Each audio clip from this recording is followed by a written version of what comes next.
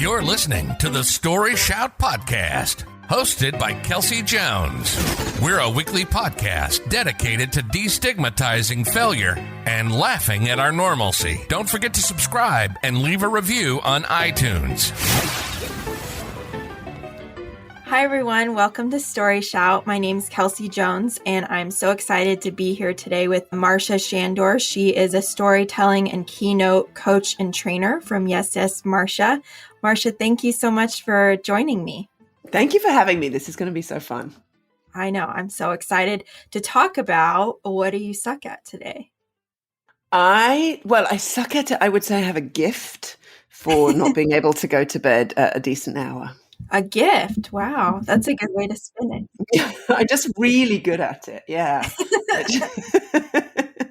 So what is a decent hour to you? Because if you ask my husband, a decent hour is at midnight, and that is not a decent hour to me. So it's changed a lot over the years. Like, I feel like one of my dream jobs in terms of what I like for my hours was I used to have a radio show 1 till 3 a.m. So I would get to bed at 4. Everybody was asleep. Like, no one was awake. This was kind of before before we had the internet on our phones. So I would usually get to sleep at 4 and then I'd wake up at 12. That was great. And then, I started going more in the other direction. And then 4.5 years ago, my girlfriend at the time had a baby. And so then it really shifted. So then suddenly, because she was waking up at 5 or 6 every morning, and often several times in between, going to bed anything later than kind of 9:30 or 10 seemed scandalous. I mean, we often did. But then 8 months ago, I found myself, like, my ex and I, broke up and decided to live in different houses. And so I now don't have the kid every night. And I was like, this is fine. I'm now a morning person. I would get up with her every morning. So I was like up at 5 or 6 every single morning. And I was like, this is great. This is what I've always wanted. I've always wanted to be an early morning person. I've always wanted to be someone who's in bed by 9:30 or 10 every night. But it just hasn't happened. I just snuck back into my old ways, and with a new fun bonus now that I have a sleep thing where I fall asleep fine. But if I wake up at around 5, I'm basically awake for the rest of the day. And so if I want to not be a complete zombie, I have to try and be in bed by 9:30 and asleep by 10. And yet, Kelsey, and yet. It doesn't happen. Or when the kid is here and I know she's going to wake me up it's it just in the last 6 months shifted that now she's waking up at sort of 6:30. It's a little bit more reasonable. But last night was a perfect example. I was like, okay, after I put her to bed, I'm not going to watch any TV. I'm not going to go on the internet. I'm going to clean up the house. I'm going to do a couple of other things. Maybe I'll have a little read in bed and I'll be asleep by 9:30. And I was like, maybe I'll be asleep by 9. And then I went and I watched not even anything good. I watched like I've been comfort watching old Sex and the City recently. I kind of did it before the new ones came along. And then, of course, now I'm watching the new ones as well. And I watched like 2 old episodes of Sex and the City, but I even like fast forwarded through bits of it because I was like, I know what's going to happen. Charlotte's going to get caught out because she went on 2 dates in one night. And then, of course, I had to do all the things that I still had to do. And it's like after 11, I'm getting into bed being like, I don't know if you swear on your podcast. I'm going to not swear. Just like, what the F is wrong with you, you absolute loser? And yeah. I know. That happens to me. And I get so mad. I was just talking to my sister-in-law. I love reading, always have. But lately, and I don't know if it's because of the pandemic and like this is how I'm coping or something, I just want to zone out. And I haven't been reading as much. I've just been scrolling on TikTok. I don't know if you're on TikTok, but don't get on TikTok because your bedtime's going to be even worse. I don't want to enable you to stay far away. But it's so funny on that app. Like, the videos are honestly so funny, and it's just like a joy. It's just it's social media that actually like makes me laugh and makes me, feel like good, I guess, which probably still isn't right. But anyway, that's what I've been doing the last few months is I'll get on TikTok and then an hour has passed, hour and a half. And then it's like you said, I try to have the same bedtime as you're saying, but then it's like 11:30. And then my husband, like I mentioned, he likes to stay up way later. Like he'll come ask me at 10:30 if I want to watch a show or a movie. I'm like, are you insane? Are you out of your mind? It is 10:30. And he just looks at me And I'm like, what?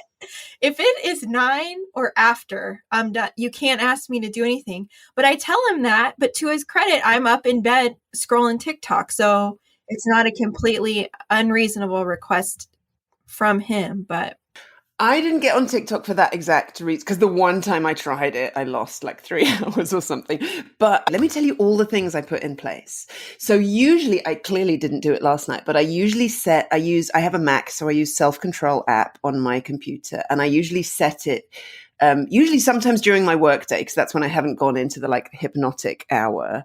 I lock myself out of all of the TV platforms I have, and Facebook and Instagram and BBC News and The Guardian and CBC News, because I'm like, well, I'm just going to look at CBC. It's news. This is important. But then, I have to read every single story. I was reading a lot of Ask Polly, who this lady, Heather Havrilesky, does an amazing advice column. It's now on Substack. But I locked myself out of New York Magazine, out of the Cut magazine, because she's on it. And so I would lock myself out of all of those things far in advance. And if I'm really smart, I do it so it also locks me out for the first 2 or 3 hours of the morning. And then I got Freedom app on my, so that's thing number one. Thing number two, I have a flip phone. So I have an iPhone with no SIM card in it, because I wanted one for apps and to be able to take pictures. But on my iPhone, I don't have the only time I have the Instagram app is I download it if I want to upload pictures or stories, and then I delete it afterwards. And then I scroll for 2 hours and I delete it afterwards.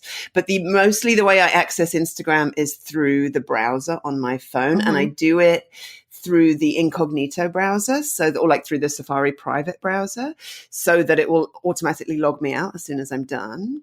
And I don't have Facebook, and so I have to do Facebook through the browser, which crashes all the time. And my phone doesn't know my Facebook password either. I have to type it in manually every time. I don't have email app. Again, I have to do it through the browser. And the browser isn't even an icon I can click on. I found a way where you can hide. You can have no Safari browser.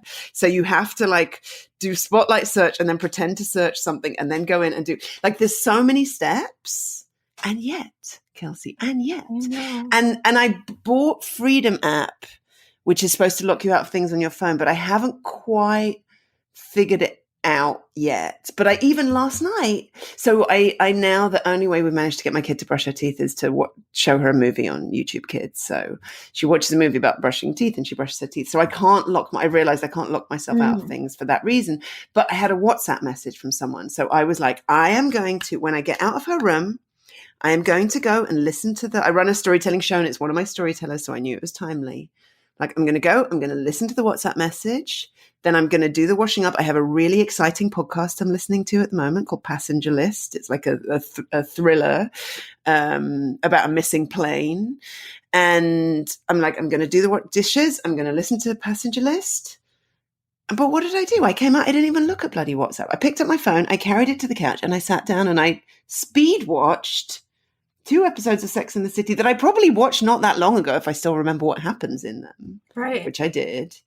And I don't know it's so weird, like the siren. And often even as I'm punching in Instagram.com, because I have to do it that way, there's a tiny little voice that's going, what are you doing? I know. Why are you going to hate yourself? But I'm just like, shut up, voice. I deserve this. This is always it. It's like, I deserve this. I do not work hard. Like, I have one of the best jobs in the world. I don't work hard. Being with my kid, like, I love being with my kid. Like, I miss her every second she's not here. But the silver lining is that when she's here, I'm like fully focused. I have a great time. I'm just delighted by every tiny thing she does. And so I don't deserve it. So, okay, I have a few things to comment on. First, TikTok, after you scroll for an hour, this alert pops up and it says, hey, you've been scrolling for a while. You should drink some water. The speed at which my finger flicks that video off the screen. Get out of here. I don't want to know about water. I don't want to know that I've been on this app for an hour. I get so mad at the person's face. It's probably some poor employee at TikTok. I scroll the fastest I've ever flicked, on a screen. And so I'm like you too. I go to, so on my phone, I have folders that have by topic. And so I have like a social media folder. So I have to open that. Then I have to open TikTok. And like, I'm like you, as I'm doing it, it's like, no, get out of there. You shouldn't open TikTok. You need to open your books app and finish your book, the one stupid book you've been trying to read for 3 months. Like what? And I'm the same voice talks to me. And I don't know. I think it's like a serotonin rush or dopamine rush or whatever they say. Like social media, you get it faster. At least for reading, it's like it's more of a long burn of satisfaction, maybe. I don't know. And I think too, I use social media as a way to connect with people, especially people that I don't see a lot, or because of the pandemic, maybe we haven't seen each other. Like I have a cousin I'm really close to that lives a 6 hours drive away from me. I'm Midwestern in the US, so we measure distances by how long it takes you to drive somewhere. So 6 hour drive, which is pretty far. And then my brother is a 2 hour drive. So him and I and my cousin always share TikTok videos with each other, like almost every day. So Awesome. I think that's a way of me like connecting. And this is what I'm telling myself is like, that's a way of me connecting with the social media. In terms of like just binging on shows, like you were saying, I think I found myself lately, like there's so many great shows on today, just like across all the apps. Like everybody's like, have you seen this? Have you seen this? You know, people are winning Emmys, whatever. I always want to watch reality TV. Just like give me the worst trash of people arguing or something I've seen a million times. I like Sex and the City, but Seinfeld is one of my favorite shows of all time. So I'll rewatch Seinfeld. And I think what it is my brain just wants to turn off. Because, you know, I have a team of people that I manage. I just want my brain to be turned off. It's kind of like junk food for my brain is what I tell my husband. I don't want to watch them like, you know, some long saga. It took me forever to get through like Breaking Bad because it's such like, that's all you can focus on. And it's very dark.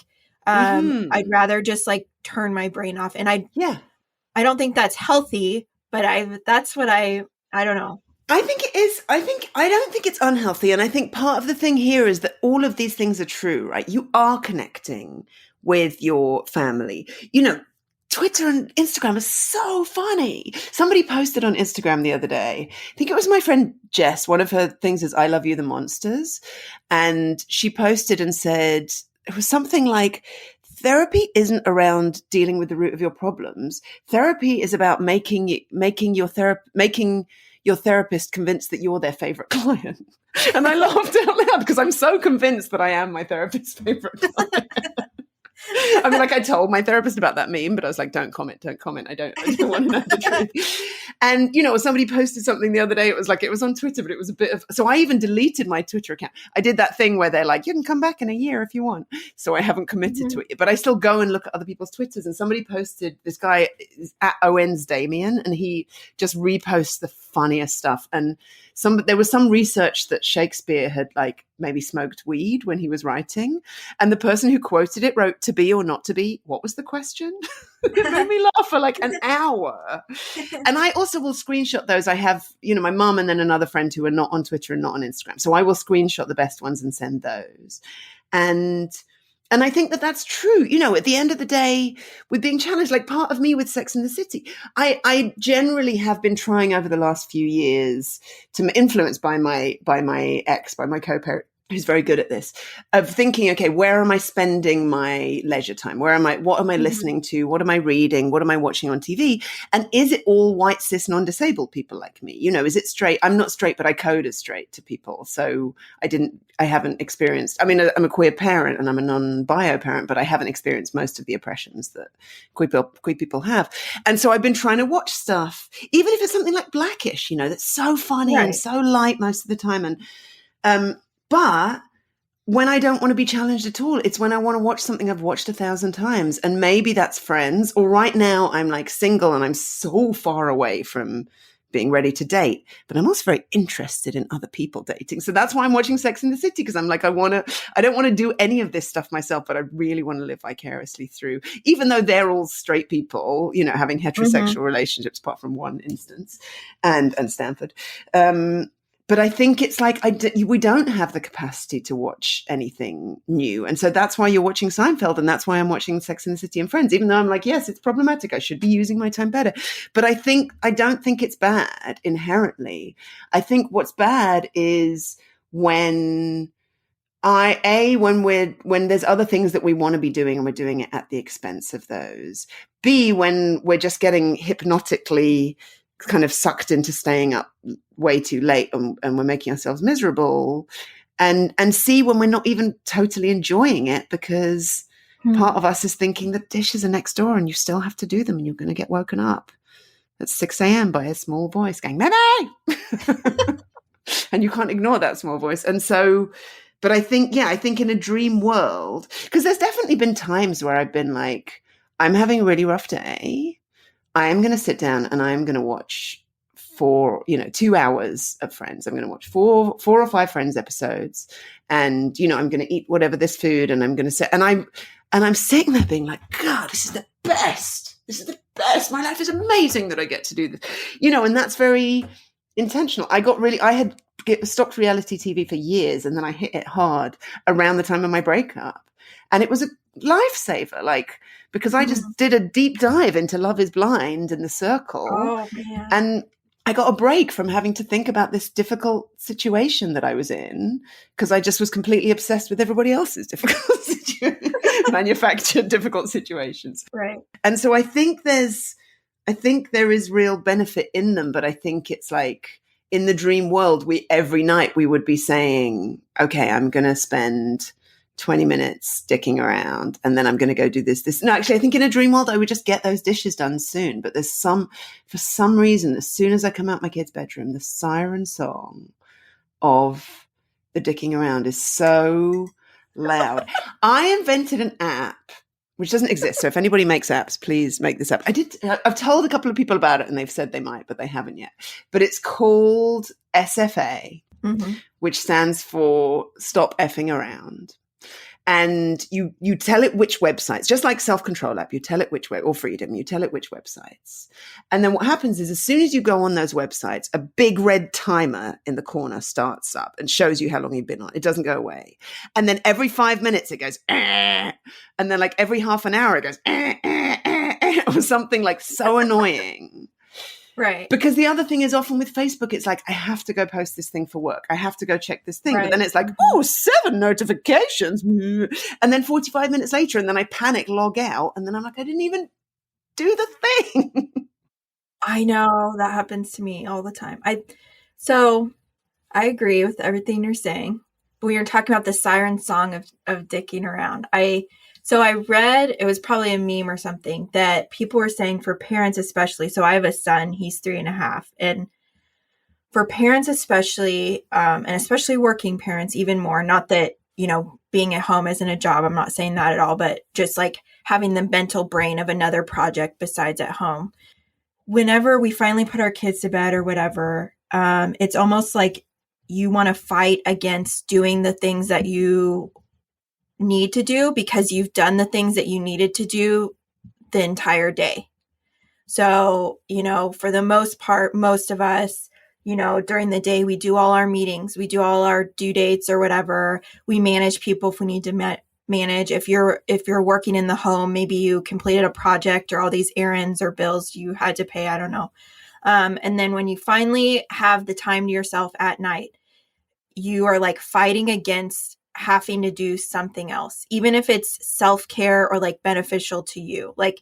Sometimes this is so bad, and I probably shouldn't admit this on a public forum, but sometimes even showering or taking a bath, not that I'm beyond help or have a hygiene issue, but I'm I really need to freaking shower. I haven't today. I know we're never going to let this video see the light of day, but today I haven't washed my hair in 3 or 4 days, and I have really fine hair. So it needs to be washed. Yet last night, nope, did not do that. Watched a show with my husband and laid in bed. And I mean, it's just fighting against what you feel you have to do, I guess. I think it's the shoulds. And I think that all makes sense in terms of being a parent or working parent. But absolutely, this was my experience before. I mean, I have a 17-year-old stepson, and he's actually my very, very interesting parenting thing. So he's my other ex's kid. And so pre-pandemic, he would do 3 nights with each parent and 1 night with me. So I only had him 1 night a week.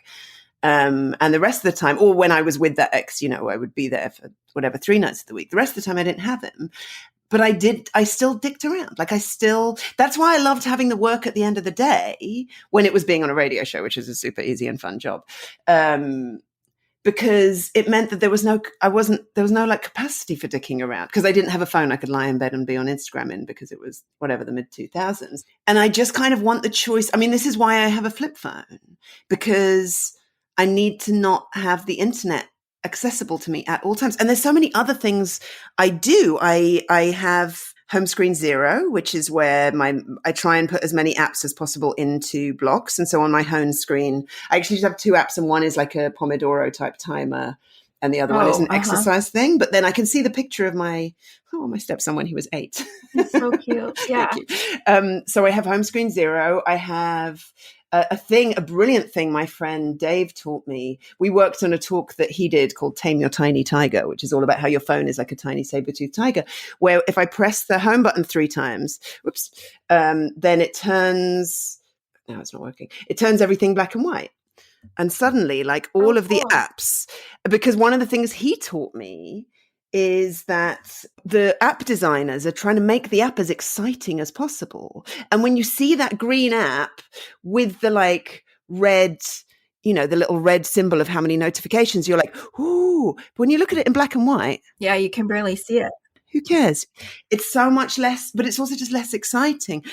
My friend Courtney Carver from Be More with Less is, as we're recording, is doing a 5-day challenge on spend less time with your phone. And she said one of the things she discovered is that phones are I wish I could remember who it was that said this, but he described our phone as being like a tiny slot machine for dopamine, right, in our pocket. Like, imagine if you were addicted to gambling and you had a tiny slot machine in your pocket, you would just play it all of the time. Like, of course, we're nonstop going on it. And so really, I think that's the other thing in terms of the self-forgiveness and the shame around it, is like remembering that it's not totally our fault. Like, literally, people are profiting from our not being able to get to bed. I'm reading a lot about diet culture and the myth of the obesity epidemic, and kind of inspired by this podcast You're Wrong About. And one of the questions I keep hearing, which I really love, is whenever you hate on your physical appearance in any way, ask yourself, who is profiting from me having this thought? And I think it's just occurred to me now talking to you that we should think that every time we're like, oh, I'm dicking around on my phone, we should ask ourselves, who is profiting? And I think the bit of me that's like an activist and, anti-capitalist is like, F that, Right. Yeah. Rebel. Even as I work for many of these big corporations myself. But I'm just like, yeah, who's profiting? I don't want someone else profiting.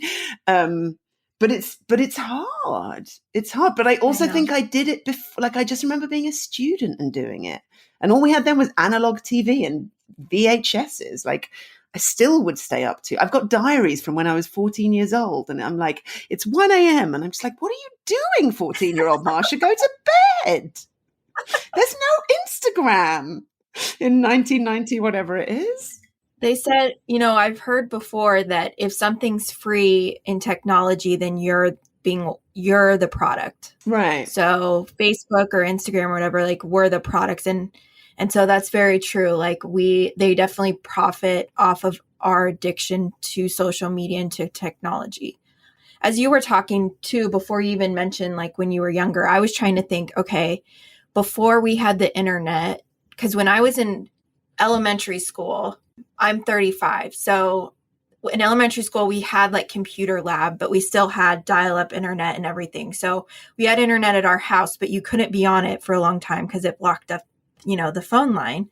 So I was trying to think, like, okay, middle school me or high school me, like, did I stay up really late? And I didn't really. I think it was really after the internet that when I was on my own after college. So in college, I had a million jobs. So I don't think I really dicked around if I was by myself or wasn't with friends. But after, I lived by myself for a year, and I was a super night owl then because I freelanced and had my own schedule and I lived completely by myself, and I just, would stay up really late and sleep in. And I think at that time it was more about like, I'm going to build my business. I have to make money to pay my rent because otherwise, like, I'm going to get thrown out. I didn't have anyone to help me. And so I think at night, a lot of that, me staying up, was from working.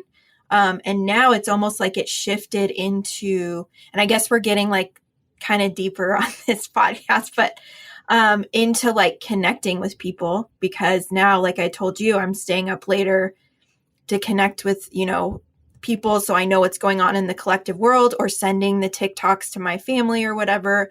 I think it's like every time that I've stayed up late or found myself in a pattern of staying up late, it's for a reason. It's either for like, it's just something that's like going on in my life that I'm processing in whatever different ways.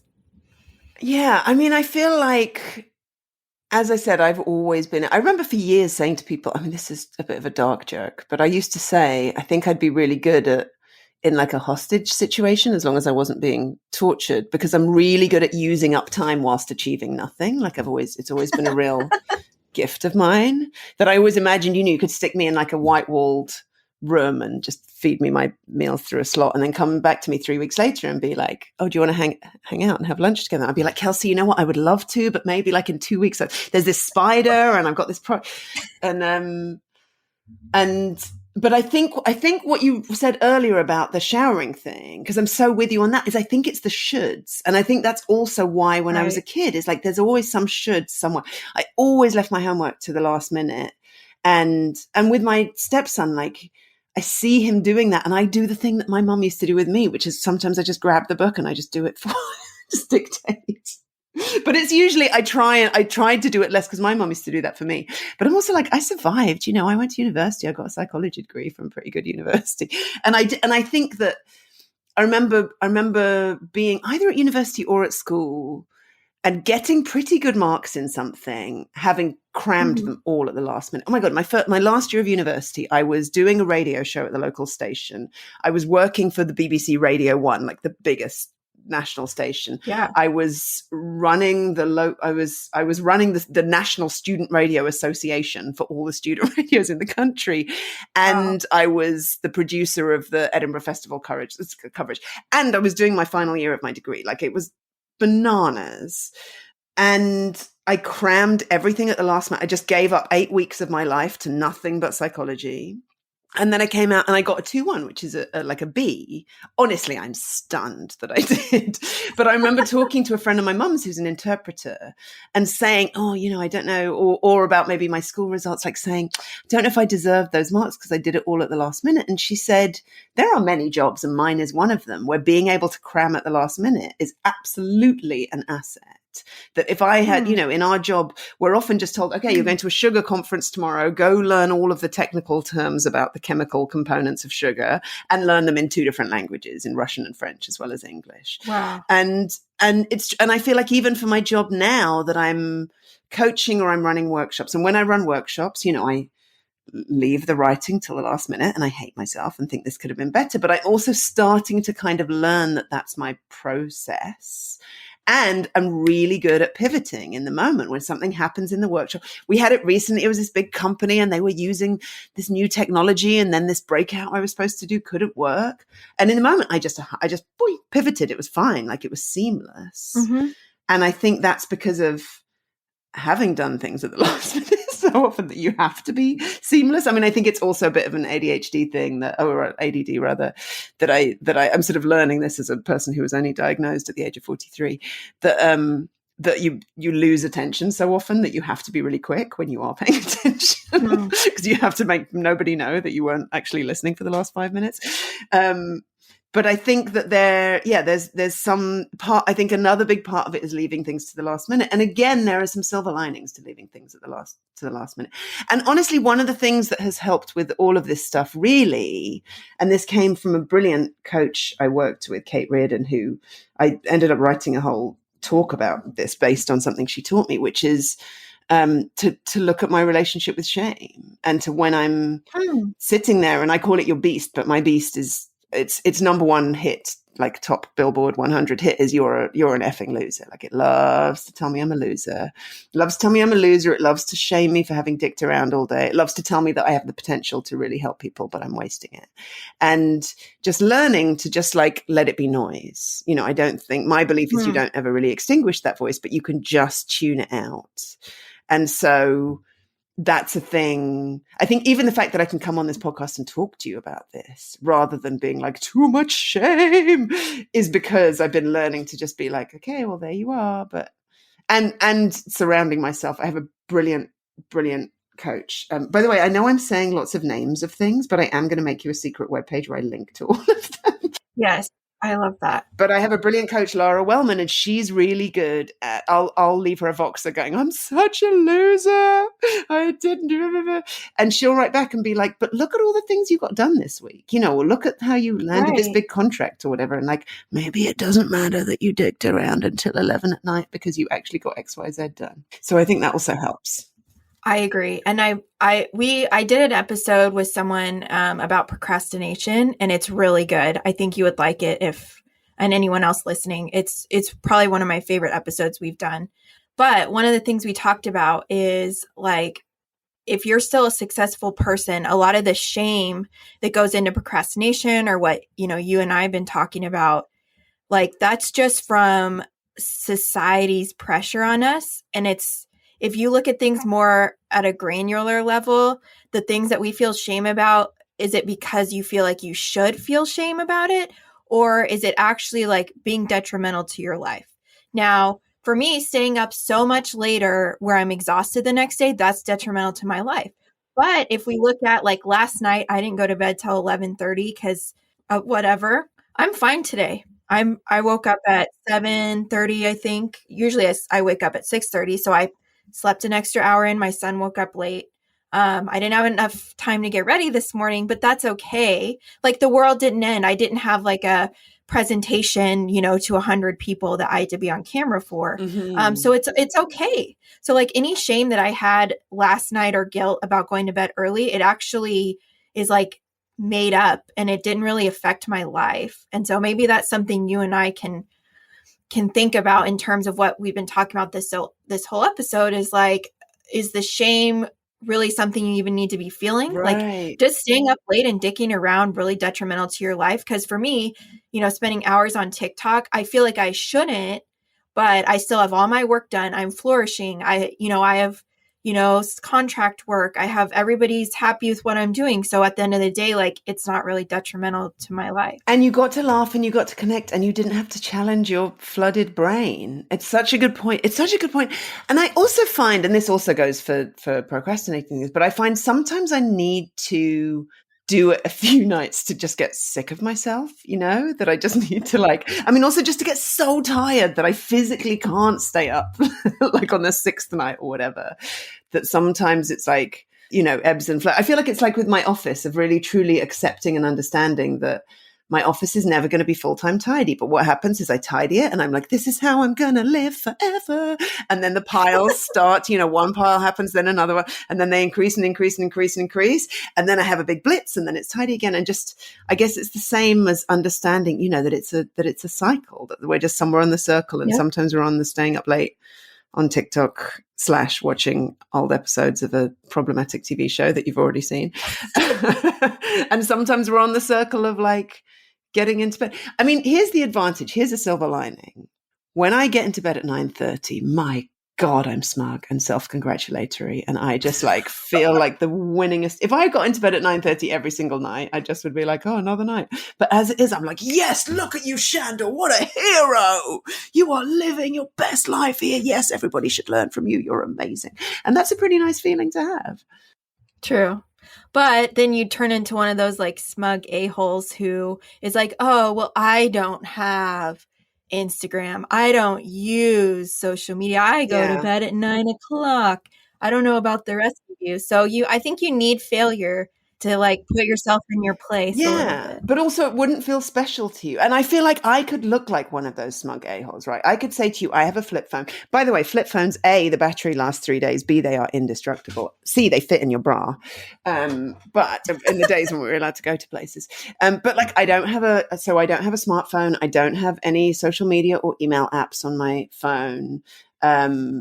You know, I put self-control app on all the time. I could look like one of those, but it's like I do all of those things. And yet I used to take a quarterly, and I'm just out as this is coming out of my mouth being like, good point, Marsha. I used to take a quarterly internet break where I would take a week off email and all social media. And of course I would sneak on the internet, but in theory I would take a week off. And the reason I would do it is to remind myself that when you don't respond to every like, reply to every comment, the sky does not cave in, it turns out. And I feel like it's good to like give myself, you know, in the same way as I've accepted I'm not going to reply to every email. And it breaks my heart because so many of them are lovely people who have either said something nice about my blog or invited me to be on a podcast or something. I want to reply to them all. But once I accepted, this was again Kate Reardon who helped me with that. Once I accepted that I was not going to reply to every email and found my peace with the discomfort of that. So I guess really that's the key, is not having a meticulously planned day where we plan our dicking around. I think the key is comfort with discomfort and tuning out that shame. Yes, I love that. Well, and I think that's a good note to kind of close on today, is like at the end of the day, let your dicking around just happen. Let it just embrace it and accept that you're going to do it instead of fighting it. And if it's not detrimental to your life or your well-being or your family or whatever else, most of the time, then it's fine. I think do you have any other parting words besides that to kind of sum it up or leave our audience with? I mean, I would say the other thing based on today is talk about it with someone, because when I'm just carrying it around, like one of the weird things about having lived with someone for years and suddenly going to living by myself again half the week is you do sometimes feel a bit like a space person who's, you know, line to the spaceship has been cut off and you're floating off in space because there's no one to tell, you know, I can call my friends or whatever and tell them about my day, but there's no one there like witnessing me staying up late. And sometimes I'm like, do I exist? And I think the part of what happens there is that I carry the shame around and actually just talking to you about it and being like, oh, it's not that bad. You know, maybe I don't need to hate myself as much as I'm hating myself. And sometimes there's a way out. And so I would say, talk about it, or just listen to us talk about it and know that you're not alone. I love that. Just talking helps a lot. So if people want to learn more about what you do or just you online, where can they do that? I'm going to make a special webpage where I talk about all the apps I talked about, all the people I mentioned. There's also, I can't help it, but I'm going to add, there's a link to a podcast that I've just found over Christmas that I've listened to 3 times in a row that really changed my life around accepting the shame and the discomfort and the fact that you're never going to, it's this guy, Oliver Berkman, and he talks about how you're not going to magically become a different person. It was from that I started to realize the life cycle of my tidiness of my office, the tidiness cycle of my office. So I'm going to put that in there too. And I'll put it at my website, special page I make, which is Marsha, marsha.com/StoryShout. I love that. You're doing half my job for me with all the links. So thank you so much for joining me. It was really fun. And thanks to everyone else for listening. Until next time. Thank you for listening to the StoryShout podcast. Don't forget to review us on iTunes and connect with us on social media at StoryShout or online at storyshout.co. Until next time, stay normal.